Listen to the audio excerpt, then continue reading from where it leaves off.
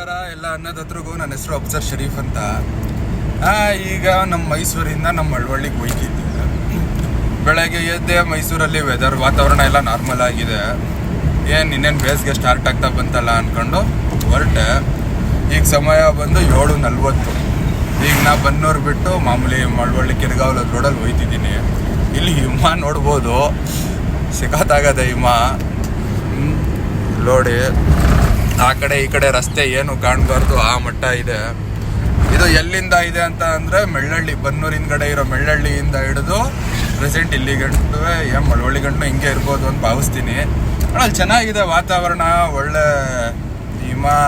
ಅರೆ ನಮ್ಮ ರೈತರಿಗೆ ಕಷ್ಟ, ಇಷ್ಟೊಂದು ಹಿಮ ಬಿದ್ದರೆ ನಾವು ಹಾಕೋ ಬೆಳೆಗೆಲ್ಲ ಕಷ್ಟ, ರೋಗಾಂಶಗಳು ಜಾಸ್ತಿ ಬರುತ್ತೆ. ಆದರೂ ದೇವ್ರ ಸೃಷ್ಟಿಲಿರೋ ಇದು ಒಂದು ನೋಡಬೇಕು, ನಾವು ಆನಂದಿಸ್ಬೇಕು ಅಂತ ಹೇಳಕ್ಕೆ ಇಷ್ಟಪಡ್ತೀನಿ. ಊಟಿ, ಕೇರಳ ಎಲ್ಲ ಆಮೇಲೆ.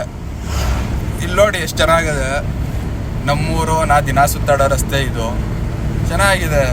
7:15, 7:45 ಆಗ್ತಾ ಬಂತು. ಆದ್ರೂ ಒಳ್ಳೆ ವೆದರ್ ಅಂತ ಅನ್ಬೋದು.